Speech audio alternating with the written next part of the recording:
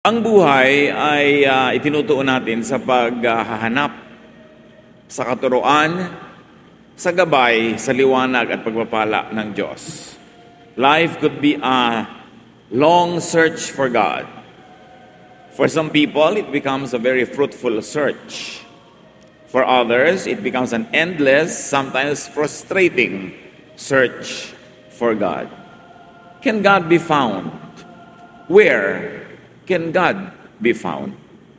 At nawa po sa darating na taon ay maging gabay natin yung ating pag-aaralan ngayon sa paghahanap sa Panginoon. God in you ang pamagat ng ating pag-aaral. At nawa tayo'y buhusan ng Panginoon ng iba yung pagpapala at magpakilala siya ng mas malalim na paraan. Salamat po, O Diyos, sapagkat kayo ay pwedeng maabot, makilala, at nawa turuan nyo kami kung paano gagawin yun sa pinakamabisang paraan. Sa ngayon, kami, Panginoon, ay nagtatapat sa iyo ng aming mga kasalanan. Patawarin niyo po kami sa aming mga pagkukulang sa inyo at sa aming kapwa. At nawa, Panginoon, ang inyong pagpapatawad, ang siya magpagaling sa amin, ang mag-alis ng mga bigat sa aming puso, ang humawan ng aming daan at magpaliwanag sa aming buhay. Teach us, heal us, empower us. We ask you to be our speaker, O God. Nobody else, just you. May your voice be our power, our strength, our light, and use your servant only as your instrument. Dear Lord, we pray that you will heal our spirit, heal our soul, heal our bodies, and lift up yourself as we worship you and as we continue to seek for you. Father, guide us. In the name of Jesus, your Son, our Lord, our Savior and friend. Amen. God in you. Napakalaking usapin, napakahiwaga, subalit napaka-totoo. Psalm 139 verses 2 to 3. You know when I am resting or when I am working, and from heaven you discover my thoughts. You notice everything I do and everywhere I go. Isang pahayag, hindi lang ng pananalig, kundi na isang katotohanan na alam ng Diyos ang ginagawa natin sa bawat sandali. That the Lord is fully aware of man's thoughts and deeds. Walang maililihim ang tao, walang maikukubli mula sa Diyos. Verses 7 to 12. Where could I go to escape from your spirit or from your sight? If I were to climb up to the highest heavens, you would be there. If I were to dig down to the world of the dead, you would also be there. Suppose I had wings like the dawning of day and flew across the ocean, even then your powerful arm would guide and protect me. Gumamit ang sumulat ng awit na ito ng mga talinghaga na nauunawa ng kanyang panahon. So sa kanila, ang pinakamataas ang pwedeng marating ay yung mga heavens. Ang pinakamalalim na pwedeng marating ay daw libingan ng mga namatay na. At ang pinakamalayong pwedeng marating ay sa ibayong dagat. Siyempre, sa language natin ngayon, mas malayo ang range ng pwedeng marating dahil sa technology at dahil sa alam na natin ngayon. Pero sa kanilang panahon, ang ibig lang sabihin ng sumulat, sukdulan man ang gawin niyang paglalakbay, yung pinakaabot at pinakamalayong pwedeng marating ng tao, hindi pa rin niya pwedeng takasan ng presensya ng Diyos. Nandun pa rin ang Diyos. At hindi lang nandun, kundi nandun upang magbigay ng kanyang paglilinaw, pagpapaliwanag, guidance, protection. Verse 11, or suppose I said, I'd hide in the dark until night comes to cover me over. But you see in the dark, because daylight and dark are all the same to you. So isa pang extreme sa kanila, gabi. Nung kasi yung dilim ng gabi, madilim talaga. Pero kung ano man ang uri ng dilim na pwedeng ma-imagine ng tao ngayon, sabi, hindi pa rin yun ang sapat para hindi makita ng Diyos ang nagaganap sa buhay ng tao. The Lord is not only everywhere, but the Lord is with man, even in the darkness. Marami kasi noon nagsasabi at naniniwala na ang Diyos ay wala sa dilim. Nasa liwanag lang siya dahil sa liwanag. Pero sabi nitong sumulat, kahit pa nga sa dilim, nandun ka pa rin. Psalm 139:18, and when I awake, I will find you nearby. Magising ako, makatulog, nandun ka sa aking tabi. The Lord is nearby, even in the light of day. God is always with man. God knows man. At bilang tugon, bilang ganti, ano naman dapat gawin ng tao? Because God knows man, man should know God. Beginning from within himself. Kung ginamit dito sa awit na ito, sa tula, na sa talighagan ng sa aming pinakamalalayong pwedeng marating ng tao at nandun pa rin ang Diyos, kung ganon ang pinakamalapit at pinakamadali at pinakadapat na pagsimula ng paghahanap sa Diyos, hindi sa malayo, kundi sa malapit. Doon sa kayang-kaya ng tao, sa kanyang kalooban. Why? Because God is within him. Why should man begin within himself in search of God? And here when I say man or himself, I mean tao sa Tagalog. Man or woman, sangkatauhan. Bakit kailangan sa atin kalooban, sa kaloob-looban natin tayo magsimula sa paghahanap sa Diyos? Because even the Bible says that we are the temple of the Holy Spirit. Tayo mismo ang templo ng Espiritu ng Diyos. Saan mo ba siya hinahanap? Di ba sa kanyang templo? Pero sabi, ang Diyos ay hindi nabubuhay sa templong gawa sa bato, sa bakal, gawa ng tao, kundi ang puso ng mananampalataya, yung kalooban ng taong nilikha niya, ang siya niyang tahanan. Man should and could see the kingdom of God, according to the Bible, by being born again. John 3:3, Jesus replied to Nicodemus, very truly I tell you, no one can see the kingdom of God unless they are born again. So, the kingdom of God, the kingdom of heaven, God's presence, salvation, all these words are used interchangeably. Isa lang ang kahulugan, yung paghahari ng Diyos sa buhay ng tao na magliligtas tuloy sa kanya sa kapahamakan, doon sa kabilang buhay at maging dito. Kaligtasan mula sa paghahari ng kasalanan, kaligtasan mula sa napakaraming panganib. Salvation in all its aspects could be found when people find the kingdom of God. And Jesus says that for you to find the kingdom of God, you have to be born again. Born again means seeing the kingdom of God. Hindi naman ito yung sobrang na-oversimplify na formula na pumikit ka, magdasal ka ng ganitong formula prayer, born again ka na.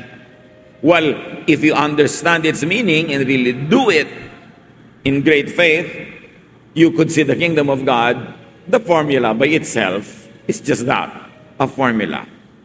Huwag nating ipapalit yung formula doon sa tunay na sinasagisag nito. Malalim na pagkaunawa sa Diyos.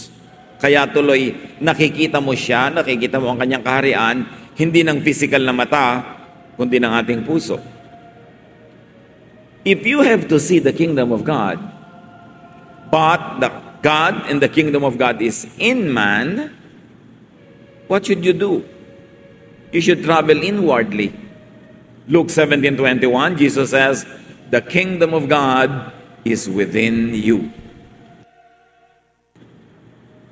Bakit niya sinabi yun? Sabi niya, huwag kayong maniniwala pag sinabing, ayan na, nando na ang kingdom of God, nasa disyerto. Huwag kayong pumunta. Pag sinabing nandoon sa loob ng bahay na yun, huwag kayong pumasok. Pag sinabing nandoon sa ganung lugar, di nyo kailangan habul-habulin. Sabi niya, dahil ang kaharian ng Diyos ay nasa sa inyo. Ang paghahari ng Diyos ay suma sa inyo. Ang tunay na templo ng Diyos ay kayo. Therefore, being born again means seeing the kingdom of God within you. Mahalagang usapin ito, mga kapatid, ating pagtuunan ng pansin. At huwag natin padaanin sa antok na hindi natin nadinig at naintindihan. That the kingdom of God is within you, not outside of you, not in the clouds. That the kingdom of God is rediscovering the image of God in you. It is reviving the lost image of God in you. Reviving the Spirit of God that was given to Adam and Eve. Reviving the image of God that was given to every person. Napakainam na intindihin ito. Because throughout time, organized religion, institutionalized faith, have distanced man and God. Kung minsan ay pinalalayo ng mga organisadong relihiyon ng Diyos, para yung relihiyon ay maging napaka-importanting daan patungo sa Diyos. So that the priests would be important and they would be filling the gap, the supposed gap between God and man. Institutionalized religion has placed God beyond the clouds. But Jesus says, the kingdom of God is within you. Hindi mo kailangang mag-pilgrimage kung saang-saang lugar sa paghahanap sa Diyos. Hindi mo kailangang umakyat ng mga bundok, lumusong ng mga libis. Hindi mo kailangan tumawid ng mga dagat. Ang kailangan mo ay gawin yung pinakamahalagang paglalakbay. Papasok sa iyong kalooban sapagkat naroon ang punla ng Diyos. Naroon ang kanyang espiritu. Naroon ang image of God that was given to every human being. Matthew 1:23, the virgin will conceive and give birth to a son, and they will call him Emmanuel, which means God with us. Kaya napakaganda pong metaphor ang pagdadalang tao ni Maria. Sapagkat sa kanyang kalooban, sa kaloob-looban niya, sa kanyang sinapupunan, naroon ang anak ng Diyos. Naroon ang Diyos. Naroon ang kingdom of God. Kaya tayo man, nandun din sa ating loob ang Diyos, bagamat hindi naman sa ating sinapupunan dahil hindi natin siya kailangan ipanganak. Pero kinailangang ipaliwanag at ipakita sa malinaw na paraan na ang Diyos ay nasa loob ng tao, wala sa labas. Kaya sabi, kailan ako pupunta at saan ako pupuntang pwedeng wala ka? Sabi niya, wala. Kahit saan ako pumunta, nandun ka. Bakit? Kasi kasama kita. Kasi ang Diyos ay sumasa atin. Ang isang malaking pandaraya ay papaniwalain kang napakalayo ng Diyos sa iyo. Pwedeng damdamin mo lang emosyon ang nagsasabi sa iyong parang malayo kasi malayo ang iyong loob, malayo ang iyong gawa, malayo ang iyong asal, pero hindi pwedeng lumayo sa iyo ang Diyos because you are the temple of God. Ang isa sa mga pinakamaimportanteng pilgrimage sa gawin ng tao ay siyasatin ang sarili, maglakbay patungo sa kanyang sariling kalooban. At sapagkat kahit pangamahal ay mas madali pa rin magpunta sa ibang lugar, physically, sumakay ka ng vapor, sumakay ka ng eroplano, sumakay ka ng kotse, kesa maghirap kang maglakbay patungo sa iyong sariling kalooban na hindi na-develop ng taong gawin kasi umasa na lang siya ng umasa sa mga outward rituals, umasa ng umasa sa mga physical activities, sa pag-attend ng mga events, sa paghahanap sa Diyos. Kaya naman maraming tao, kung minsan nauubos na ang buong buhay sa pag-attend ng kutakot-takot na religious activities, di pa rin matagpuan ng Diyos kasi hindi niya ginagawa yung pinakamahalaga, hanapin sa kanyang kalooban, sa kaibuturan ng kanyang puso. God returns to be in you, to be with you. That the most important journey is going back to yourself, to your inner self. To be born again is to return to the Spirit of God in you. Kaya mahalaga na ang tao naggugugol ng panalangin na personal devotion, pag-iisip, pagmumuni-muni, pagbubulay-bulay. Dahil kapag ikay tahimik na narinig mo ang sarili mong utak na nag-iisip, kapag ikay nalayo sa ingay ng napakaraming taong nag-aagawan sa iyong atensyon at pagsunod, naririnig mo yung tinig na galing sa iyong kalooban. Kaya mahalaga yung pag-iisip, pagbibigay ng panahon na hindi ka laging busy. At ngayon, napakahirap gawin yan with technology. Ang tao minuminuto tumitingin sa cellphone kahit hindi tumutunog. Pagka napaupo kahit saan, tingin agad, send agad ng message, games agad, walang panahon sa sarili. Walang panahon na makipag-usap doon sa Espiritu ng Diyos na nasa sarili. Kasi kung kani-kanino nakikipag-usap na malayo. Kaya nga kuminsan kahit sa restaurant, kahit sa ang mesa, may 4 na taong nakaupo doon pero lahat nagte-text sa iba't ibang tao. Hindi sila nag-uusap. Papalayo ng papalayo ang kausap. Hindi nakausap tong malapit. Kaya may mga matitinong magulang, maraming ina, pag umuwi ang tatay galing sa abroad, nagtatrabaho, magbabakasyon, bawal mag-text ang mga anak. Habang nandito ang ama nyo, walang magte-text-text. Walang maglalaro sa computer. Walang magpe-Facebook. Asikasuhin yung makipagkwentuhan sa tatay nyo o sa nanay nyo. Kasi nga ang layo ng kausap, yung malapit, hindi makausap. Ganon din ang institutionalized religion na kung ano-anong ginagawa para kausapin ng Diyos pero walang oras mapag-isa. Walang oras na mag-reflect. No time for devotions, for reflection. It is in quietness that we will hear the silent voice of God. So man can know God by knowing himself and others. Maraming mga ganyan, Lord, let me know you. Let me know you. Yun ang laging prayer. Kung masasagot lang siyang, you want to know me? Know yourself because you were made in my image. Paano po yung kapitbahay ko? Ibang-iba yung pagkatao nun. That kapitbahay of yours is also made in my image. Kilalanin mo rin siya. Di ang dami-dami niyo pong images. Of course, kasi ginawa ko kayong lahat. So kung mayroong 7 bilyong tao sa planeta, mahahanap mo yung imprint ng Diyos sa bawat isa sa kanila. At kung naging 9 billion pa yan, 10 billion, hindi mo pa rin kayang ubusin ang facets of God because God is endless, eternal. Kaya kailangan kilalanin ang sarili. Genesis 1:27, so God created humans to be like Himself. He made men and women. Nakita nyo, ipinaliwanag pa, He made men and women, and at the same time, both the man and the woman are in the image of God. So, kaya babae ka, kaya lalaki ka, image ka ng God. Ano man ang iyong gender, ano man ang iyong age, ano man ang iyong race, image ka pa rin ng God. So, lahat tayo, pag pinagsama-sama, dumarami ang pagkaunawa natin sa Diyos. Kaya may taong ang galing-galing niyang gumuhit, galing sa Diyos yun.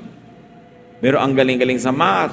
Meron ang gift niya, kumanta. Merong tumugtog. Meron ang gift niya, tumulong. Lahat yan ay galing sa Diyos. That's why to see God in others is one of the greatest discoveries. There is one God, but different creations. Many creations with differences. But everyone is created by God. Walang kinreate si Satan.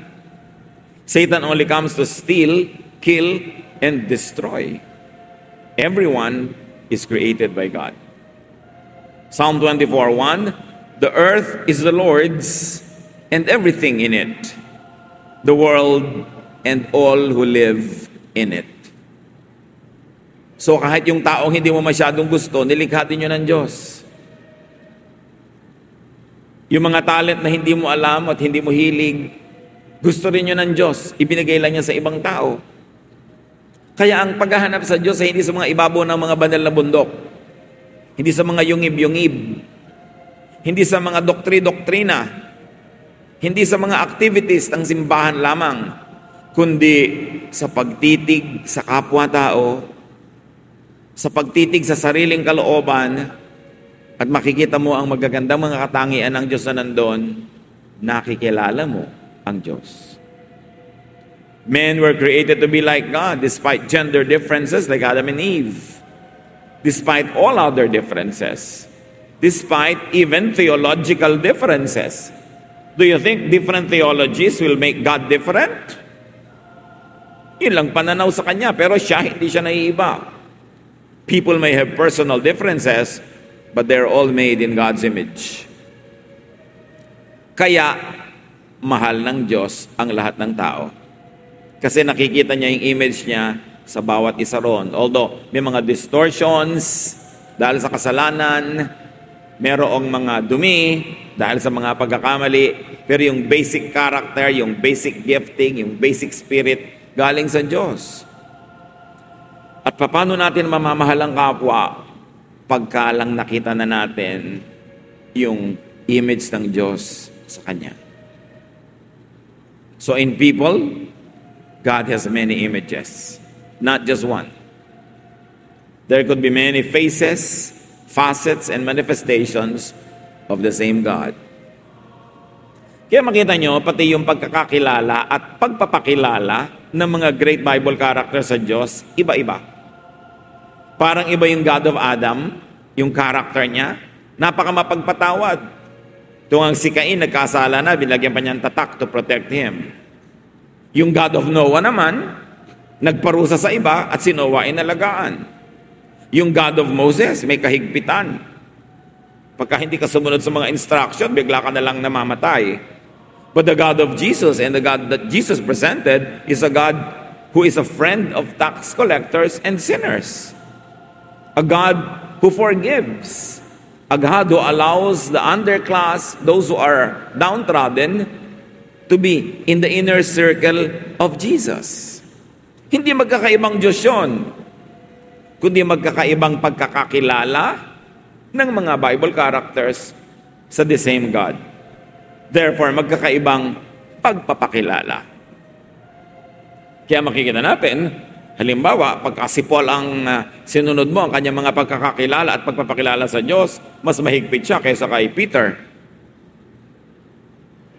Yung iba namang mga disciple, mas mahigpit pa kay Jesus. Pag kami ayaw makinig, gusto nilang paulanan ng apoy. Kasi iba-iba ang pananaw nila sa iisang Diyos, pero iisa ang Diyos. Even in the giving of gifts, 1 Corinthians 12:11, all these are the work of one and the same Spirit, and He distributes them to each one just as He determines. So walang competition. Pagka sa palagay mo, yung mga taga-Sunday school ay kakompetensya ng taga-choir, hindi mo pa nakikita na sila man ay gift ng Diyos ang kanilang ministry at nasa kanila rin ang imahe ng Diyos. Pag sa tingin mo sa ibang preacher, kalaban mo siya, hindi mo pa nakikita God in that person. Kaya nga maraming religious quarrels and wars Kasi nga kulang tayo sa inward journey at kulang tayo sa paghahanap sa Diyos dun sa tao. Hinahanap lang natin kumisan sa statement of faith, sa doktrina, sa costume, sa suot, pero hindi dun sa kaloob-looban niya. God is with you. Instead of always reaching out to the stars and to the heavens, instead of reaching out far away from yourself, you should journey into yourself. Paano po yung ginagawa? Hindi itinuro in a manual-like manner sa Bible. Kanya-kanyang sikap, kanya-kanyang paghahanap ng daan na yun na sinasabi ni Jesus. Sabi niya, maluwag yung daan patungo doon sa kapahamakan, masikip yung patungo doon sa buhay na walang hanggan. Kailangang hanapin mo yon.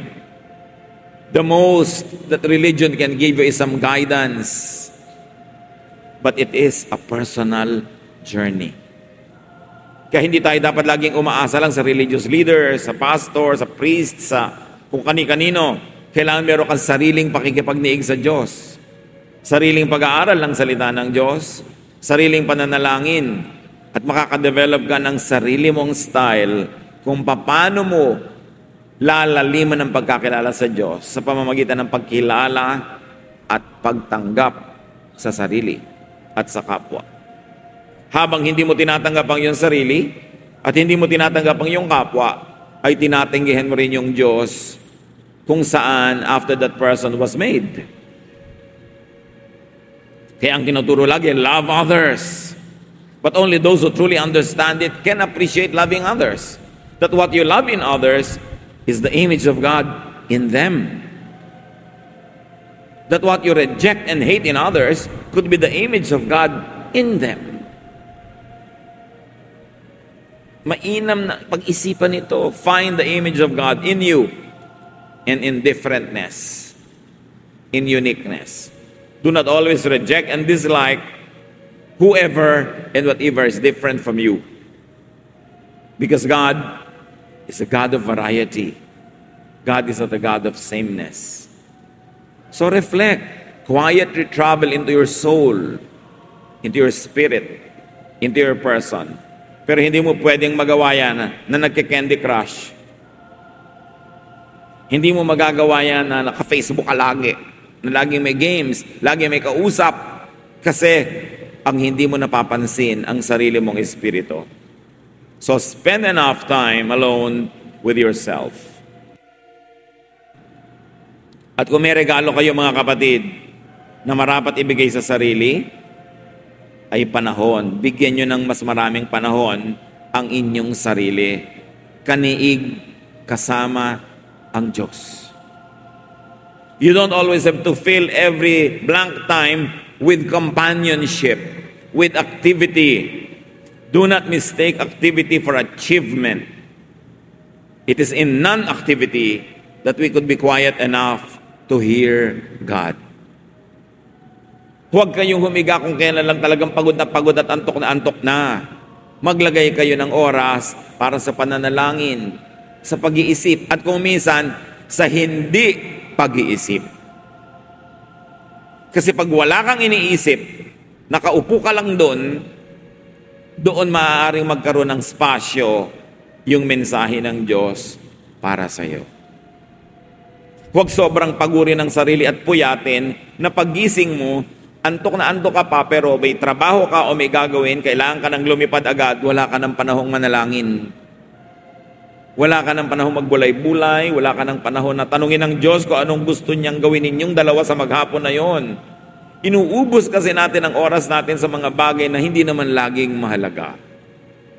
Sobrang TV, sobrang video, sobrang kung ano man yung pinagkakasobrahan, na wala namang idinudulot na mabuti sa katawan, sa espiritu, o sa kaluluwa, o sa emosyon. Hindi natin kailangang punuin lagi ng aktibidades ang ating kalendaryo. Be still and know that I am God. Sabi ng Psalm 46:10. It is an old-fashioned gift that the ancients knew how to give to themselves, that we should rediscover the beauty of aloneness. Hindi laging kailangang may kasama o kausap. Hindi kailangan laging nagmamadali. Hindi kailangan laging may ginagawa. Alam niyo nung araw, ang mga ninuno natin, marunong. Halos bawat bahay may silyon o may duyan. Uugoy-ugoy silang ganon, uugoy-ugoy. Alam niyo ba na sa pag-ugoy-ugoy na ganon, dahil sa rhythm ng katawan na ginagawa, dumadating yung mind sa level of freedom from attachment to certain earthly thoughts. Kaya marami silang nagagawang pagbubulay-bulay, pagdidili-dili, pagmumuni-muni. Kaya kahit sa ating mga ancient rituals, yung mga babaylano, mga princesses ay nangakaupo sa duyan, uugoy-ugoy, uugoy-ugoy.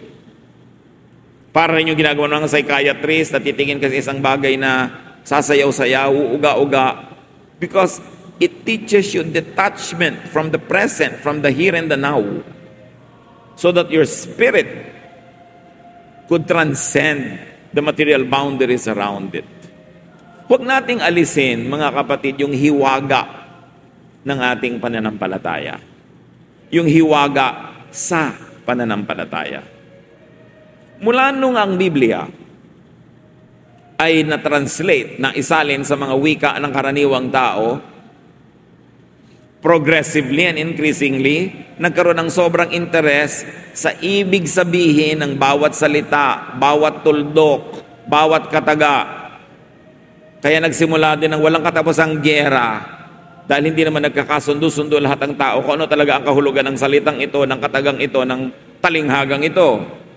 People got obsessed with the meaning of each word.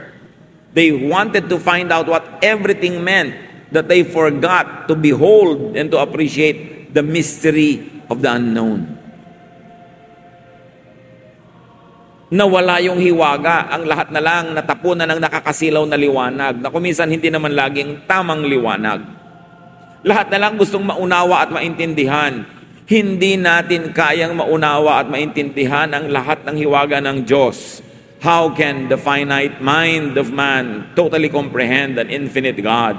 So to attempt a complete understanding, to attempt an academic understanding of God, to attempt a theologizing of everything about God is to diminish God and put Him down into levels where people can reach Him, but in a very low level. Huwag nating ipagkait sa Diyos yung pagiging Diyos, na mayroon siyang hiwaga, na mayroong mga bahagi niya na nakakubli sa likod ng mga ulap, na mayroon siyang bahaging maliwanag at may bahaging nakatago kumisan sa dilim at katahimikan, na hindi pwedeng ipaliwanag ang lahat ng bagay to the satisfaction of the human intellect, because God is not man. At sinabi niya, I speak only in human terms because of your natural limitations. My thoughts are not your thoughts. Your ways are not my ways, because my ways are higher than yours. And if the ways of God are higher than yours, can we attempt to reach and understand all His ways? We cannot. Kaya kuminsan lahat ng tao ay tinatanong, kahit sa Facebook where I do counseling, Pastor, pwede po bang gawin to ng Christian? Pwede po bang gawin nyo? Sabi ko, bakit ba kayo tanong ng tanong? Hindi nyo isipin, hindi nyo itanong sa Diyos, at hindi nyo rin sundin yung sarili nyong damdamin. Kasi ang Panginoong Diyos ay nagpapakilala sa bawat isa, hindi lang sa tinatanong nyo, hindi lang sa mga specialist. Bawat isa ay nilikha sa imahe ng Diyos. Sinanay lang ng relihiyon ng mga tao na maging sunod-sunura na lamang at dependent sa kung anong sinasabi mula sa pulpito. Hindi na tuloy sila nag-iisip para sa sarili. Hindi na nananalangin para sa sarili. Pati panalangin, Pastor, ipag-pray niyo po ako. Bakit? Hindi ka makakapag-pray. I will be delighted to pray for you and to pray with you, but do not think that you always have to be prayed for, because you should pray. God wants you to pray. God wants to reveal Himself to you through your personal prayer. Bakit kailangan laging iutos sa iba? Gusto mong maintindihan ng Bible, attend ka lang ng Bible study para kung ano yung theology nung nagtuturo, yun na yung lululunin mo. Kailangan mag-aral ka rin. Kailangan saliksikin mo mag-isa. Hindi mo kailangan mag-Bible school para maintindihan ang mga isinulat sa Bible, kasi yung nagsulat nga ng Bible, hindi nag-Bible school. Kaya lang sobrang pinataas ng mga Bible schools at ng mga simbahan yung Diyos, para walang makaabot kundi sila. At kailangan mo sila para abutin nila ang Diyos para sa iyo. Religion has placed itself in the center of the economy of spirituality, to the point that people think they can no longer reach God without the religious people, the religious system, and the religious activities. Si Noah, nagtumpok ng konting bato, nag-offer, yun ang kanyang ginawa sa Diyos. He did not need a priest. Yung mga tao nung araw, si Abraham, umakyat ng bundok, dinala niya ang kanyang offering. Hindi niya kailangan na mayroong mamagitan doon, hindi niya kailangan may mga choir, hindi niya kailangan na may mga usherette. Well, we need it now to have order. But do not forget, these are non-essentials. Because God is with you. God is in you. Pwede kang sumamba mag-isa. So sabihin pa, bakit pa po nagpupunta sa church? Kasi may mga special gifts na ibinigay sa ibang kapatiran na mamiminister sa iyo, magagamit mo, matututunan mo, maririnig mo.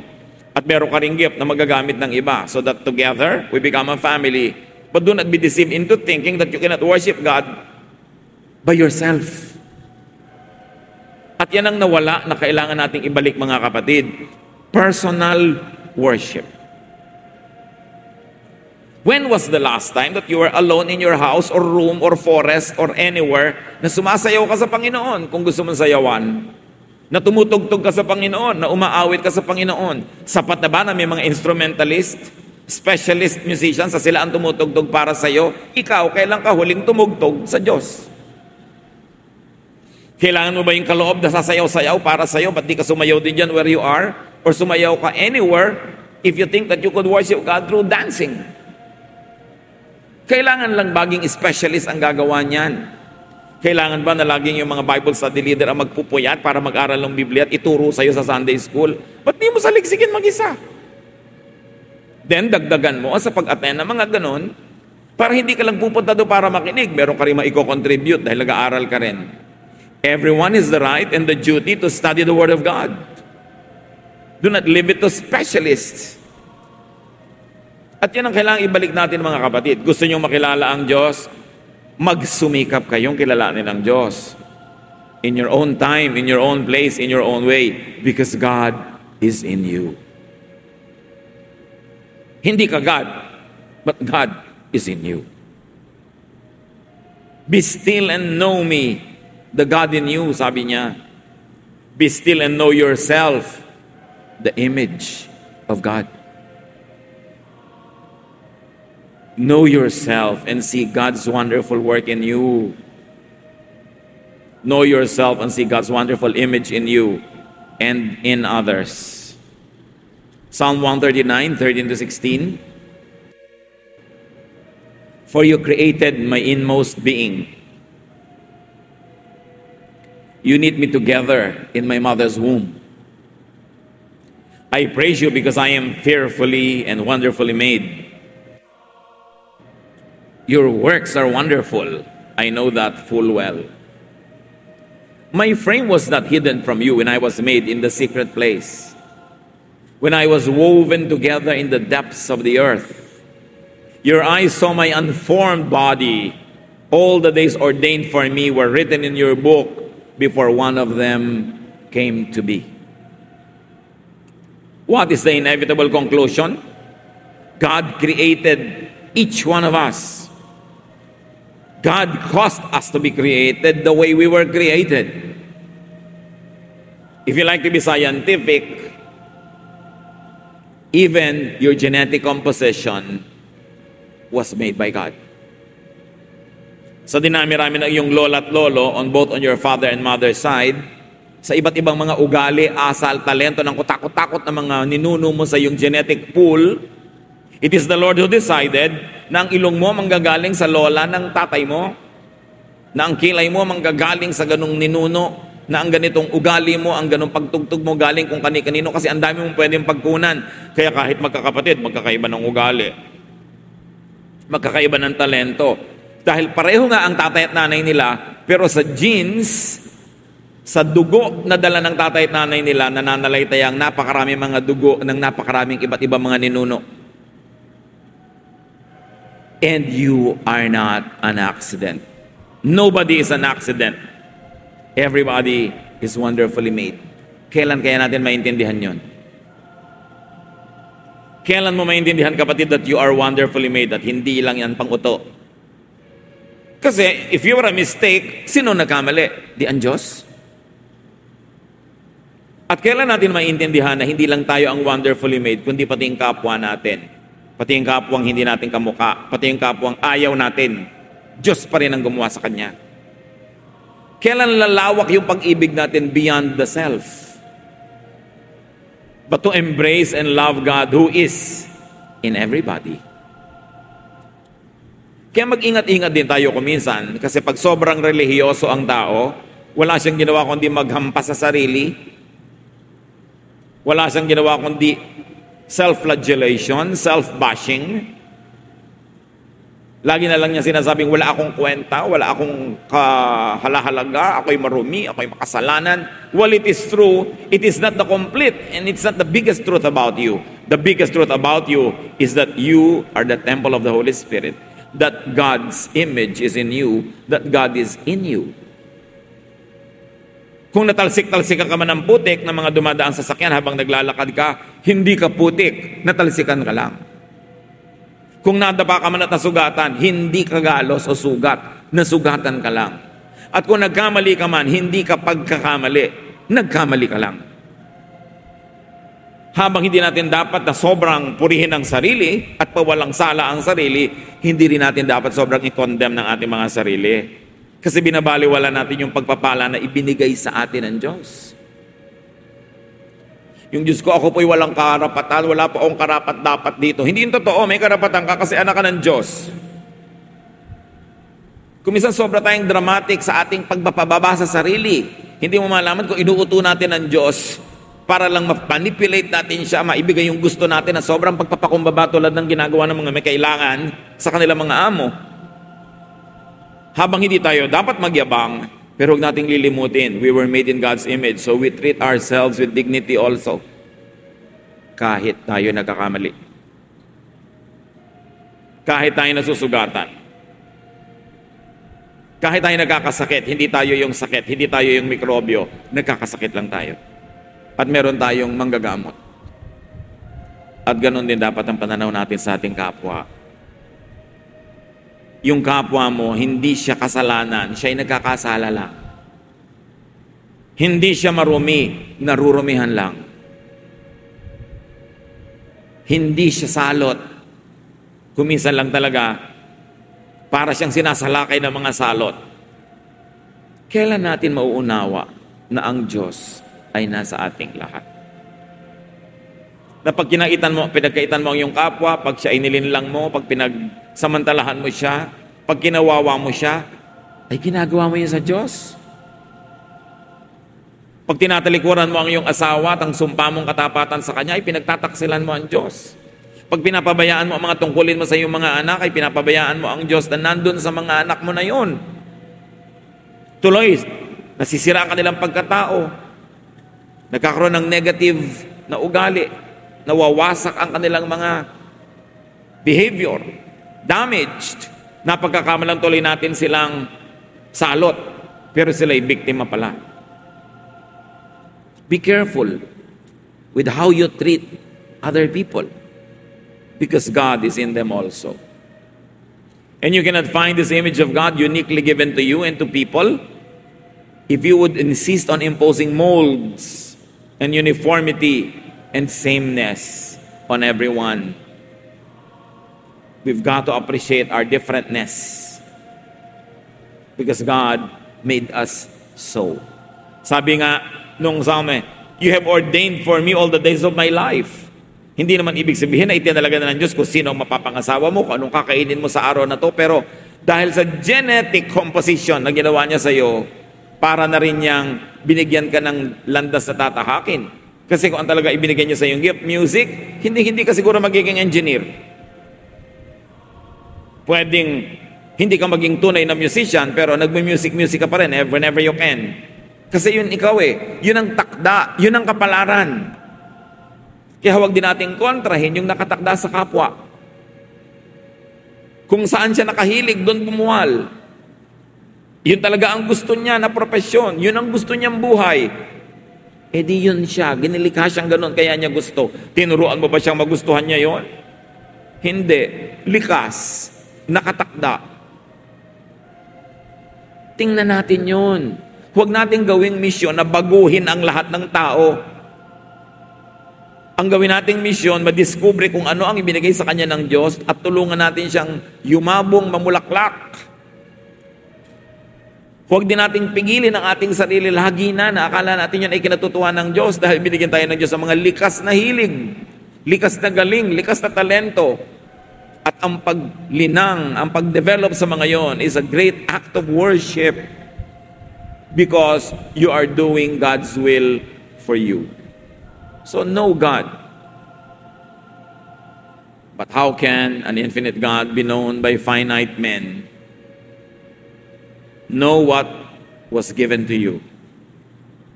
You were made in God's image. You are a revelation of God. Know what is revealed through you. Sa mga ibigay sa iyong kakayanan, God interacts in human history. Yung mga binigyan niya ng runong na umimbento ng mga cellphone, umimbento ng plancha, umimbento ng telepono, galing sa Diyos lahat yung katalinuhan na yon. So kasali siya sa ating pang-araw-araw na buhay. At pag sinikil mo yung likas na runong mo, hindi mo maiko-contribute sa sangkatauhan yung ginawa ng Diyos na naka-assign sa iyo para likhain mo. Know God in human terms. Akala ng iba, kailangan mo pang magpakadalo-dalubasa sa theology para makilala ang Diyos. Wala naman nag-theology nung araw, yung sumulat mismo ng Bible.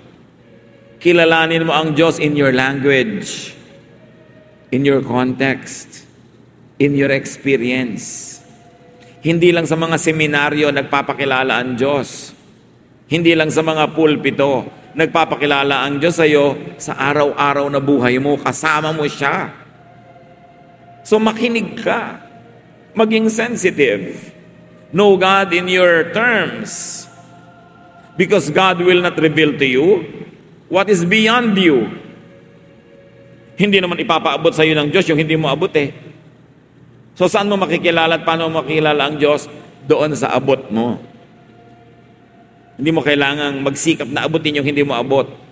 Kasi abot ka ng Diyos. At kung nasa ang level ka, nandun ang level niya. No need to search far. Hindi kailangan mag-pilgrimage sa mga holy places. Walang ganon. May mga places lang na pinanggarihan ng mga historical events associated with religion. Pero walang holy land. Because you are the temple of the Holy Spirit, therefore you are holy land. You were created by God in God's image. Kaya hindi natin binabastos ang sarili because we are holy land. Huwag tayo magpadala sa mga marketing ng kung ano-ano mga religious activities para magbenta ng mga biyahe, mga pilgrimage at kung ano-ano. God is in you. To accept God is to accept God's image in yourself and in others. So what is a foundational gift to yourself and others and to spirituality? To know and accept yourself and others. Kilala niyo na ba talaga ang sarili niyo, mga kapatid? O malapit na lang tayong gumraduate sa buhay na ito ay panay pa ang self-rejection, self-denial, na parang pagkakamali kayo ng Diyos. You are created wonderfully by God. See the wonder, enjoy it, and thank God for it. And contribute to our lives, to contribute to humanity, to society, by being yourself, because you are unique. Search for God. Bigyan nyo ang sarili nyo ng puwang na makilala pa ang Diyos sa loob ng sarili nyong mga ginagawa, sariling karunungan, sariling konteksto. Hindi nyo kailangan lumabas doon dahil nandun ang Diyos. Aming Ama, ipaunawa mo na sa amin ang mga matalinghagang bagay na ito. Mga bagay na hindi laging kayang ipaliwanag, pero Lord, let our faith operate.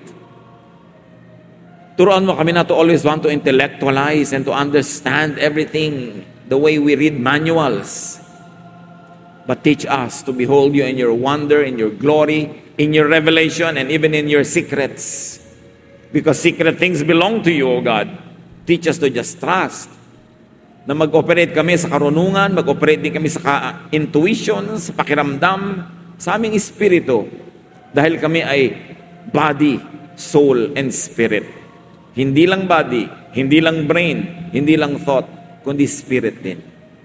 Teach us to develop all the areas of our personhood, O God, and may we find you there, and may we find you in other people too.